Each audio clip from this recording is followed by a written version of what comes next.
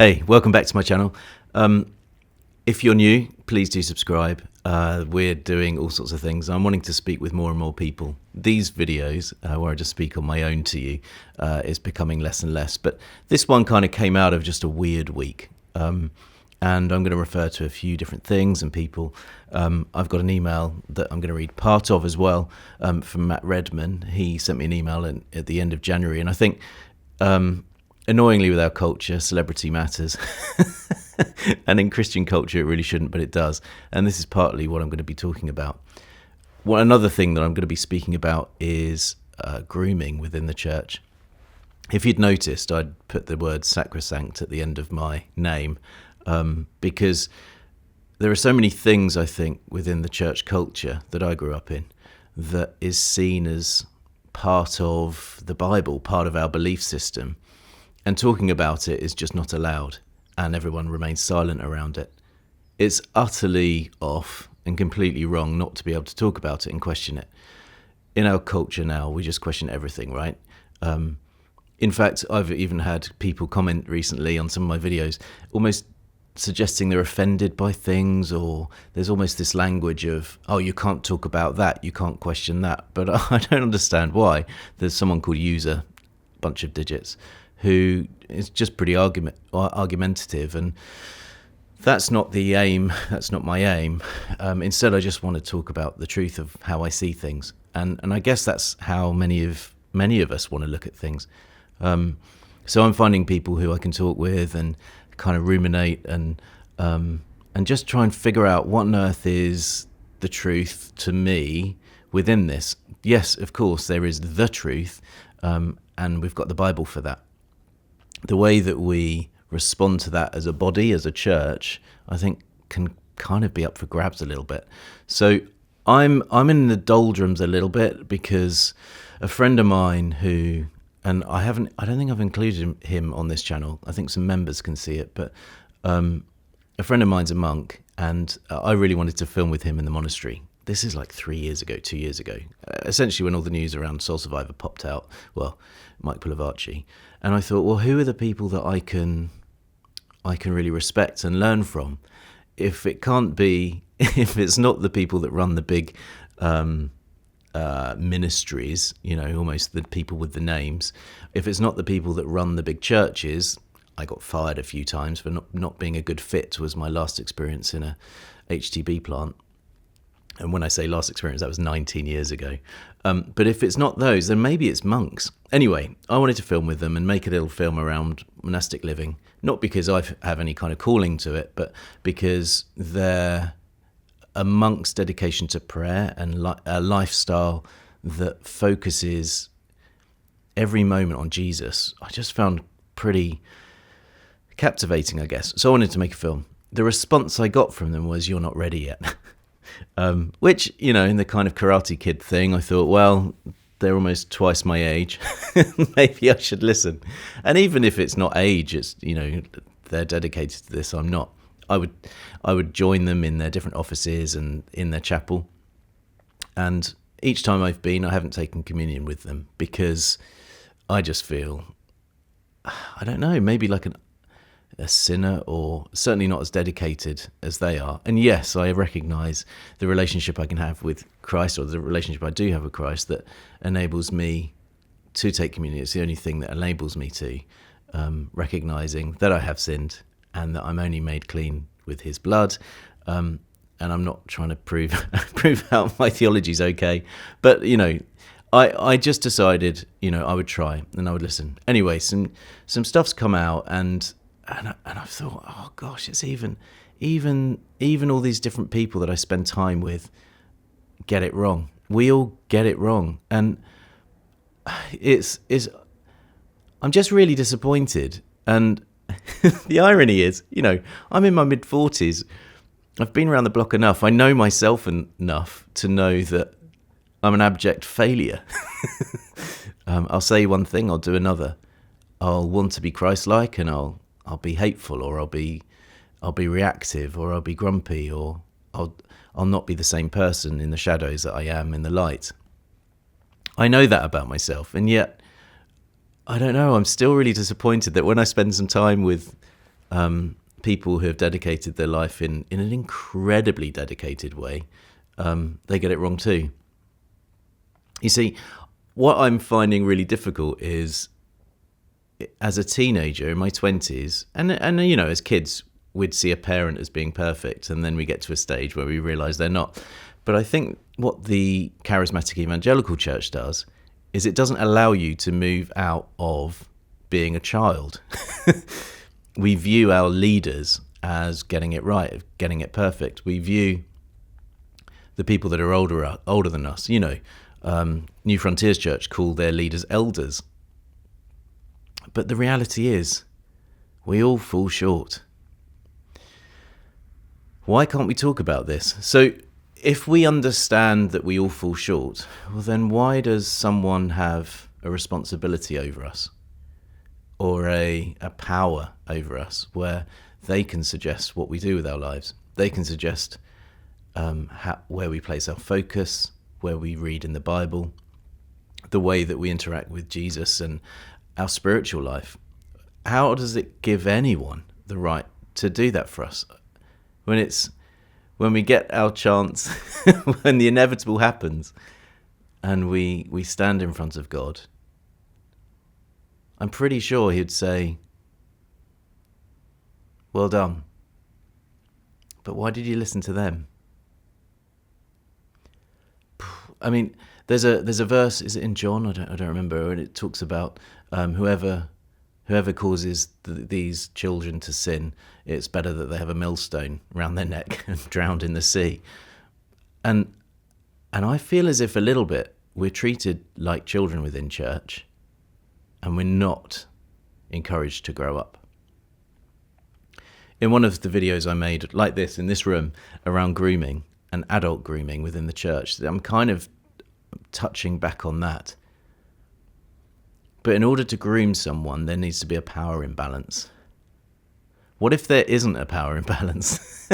What if the people that are full-time in the church, the people that stand on stages or play guitars or piano or whatever, what if all they're doing is serving the congregation, the people, the church, rather than having authority? I'm quite confused and quite concerned about this idea of authority and power, because even the people that I've valued most in that kind of spiritual respect have dropped the ball. And I drop the ball all the time, and I don't understand why I can't see them in the same way that I view myself. And I can't understand why they view themselves in a different way that they view themselves too. There's this odd religiousness, and that's why I sort of focused on that word sacrosanct, because as soon as we get involved, as in people, we wreck the truth. Now, when God uses us, oh my goodness, what a privilege. And I pray so regularly, God, please use me. But does he? I don't know. I don't know. I don't know.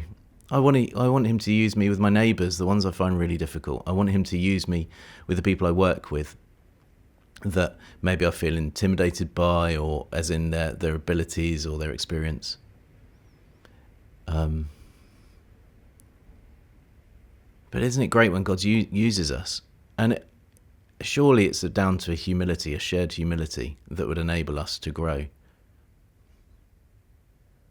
I'm kind of going off on you can see where I'm just a bit disappointed at the moment. But work's a bit slow. Life is just a bit slow.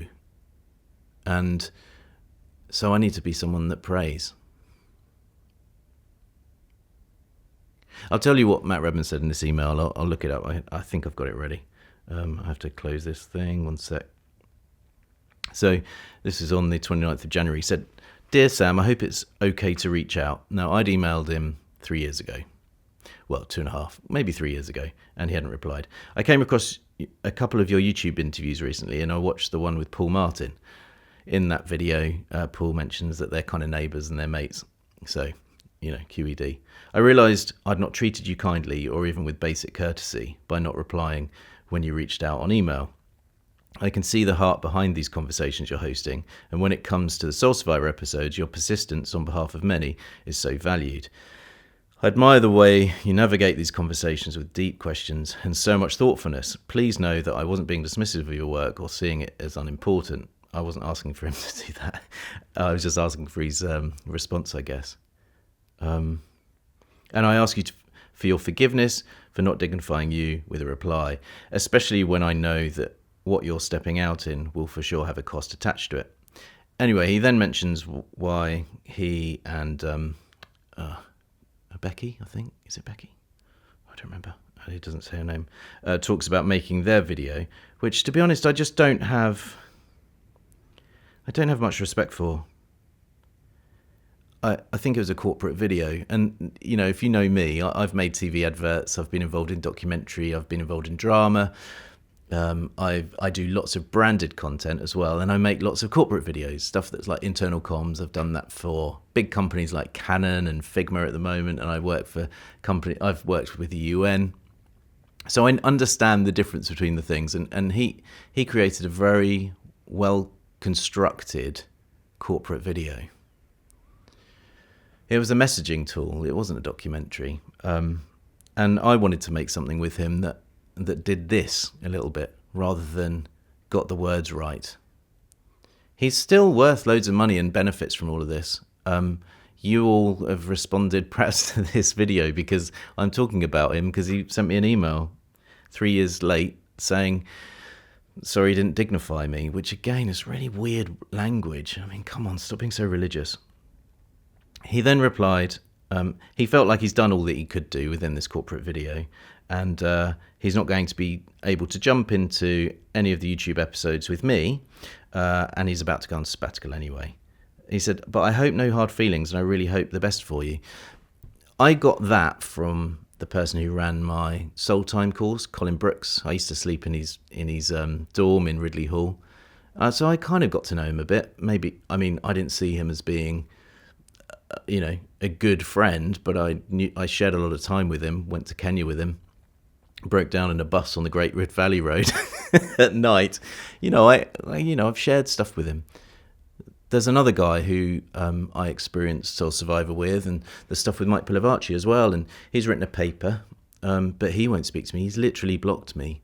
And I think I'm self-aware enough to think that actually I'm not that difficult. I try my best.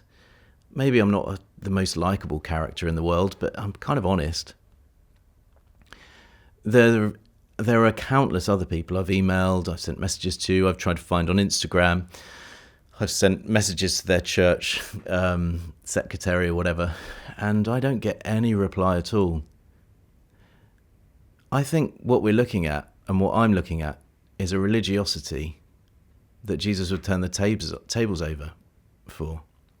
These people have careers in the church. They have careers of standing on stages, of appearing on videos, of doing the circuit of conferences, of selling CDs and music books, and getting music rights sent to them each year or whatever it is. I just don't think any of this is something I want to be part of. Now, I'm not deconstructing my faith. I don't think I'm doing that. I'm always questioning, I'm always doubting, and I've been in situations where I've really depended fully on my faith, and almost, have I ever fully lost it? In some respects, it's kind of both at the same time, and you understand what I'm trying to say better than I can describe it. But this religiousness, so damaging. And the motivation to make this video is how many young people like me as teenagers, and I watch The Way sometimes on YouTube and things, and those guys, I think they're employed by the Church of England, having really good conversations, interviewing fantastic people, but I see so much of myself in them, this kind of the blind spots in these guys is just massive. And yeah, I've been around the block more so than they have, but those blind spots have been engineered, have been cultured to grow into ready-made echo chambers. So where do we move on from here? I'm I'm continually looking for people that I'm inspired by. I was really inspired by John last week, or a couple of weeks ago, from Yemen. His zeal and his passion for Jesus is unbelievable. And yeah, I guess I saw it myself at 16, 17 when I was really going for it in school. I certainly didn't lose my family. I didn't receive death threats. But I did have this kind of clear relationship with Jesus that everyone could see. Less so now, I think. I don't know how long that's supposed to last either. I don't know. Are we supposed to keep on pushing that much, like we were on Red Bull every day? I don't know. But where we shouldn't be is this controlled, manipulated, homogenized Christians. Easily offended, worn down, and yet still smiling. Of receiving emails like this that again are a political exercise more so than a relational one. Sure, I've got a journalist press card, but I'm not approaching things like this, and I've only got one because I'm a photographer more than I am a journalist. I'd really like to continue pushing into this and finding the right people who are questioning things like this, because the question I went into all of this with, as I mentioned at the beginning, was essentially, what would it be that would get me back into church? And each week, each conversation I have or each story I hear, I'm still kept even before the start line. I guess I'm still limbering up. But yeah, thanks ever so much for watching this sort of dreary noise. I guess I'll see with the views if it's been valuable or not. But please like and subscribe. I've got a few friends now becoming members, and it means, it's just kind of encouraging because it means I can put some fuel in the tank and go and visit people. But yeah, I'd really like to continue doing this, and I will. I'm just trying to figure out the approach. So thanks for listening to this. Hopefully you weren't just looking at my face the entire time, because I'm sorry if you were. You can listen to these through YouTube Music rather than just watch me on YouTube. So you can kind of have my voice kind of going in your head without anything else. Anyway, I really appreciate your support, your comments, and we'll see where this goes. Thanks again.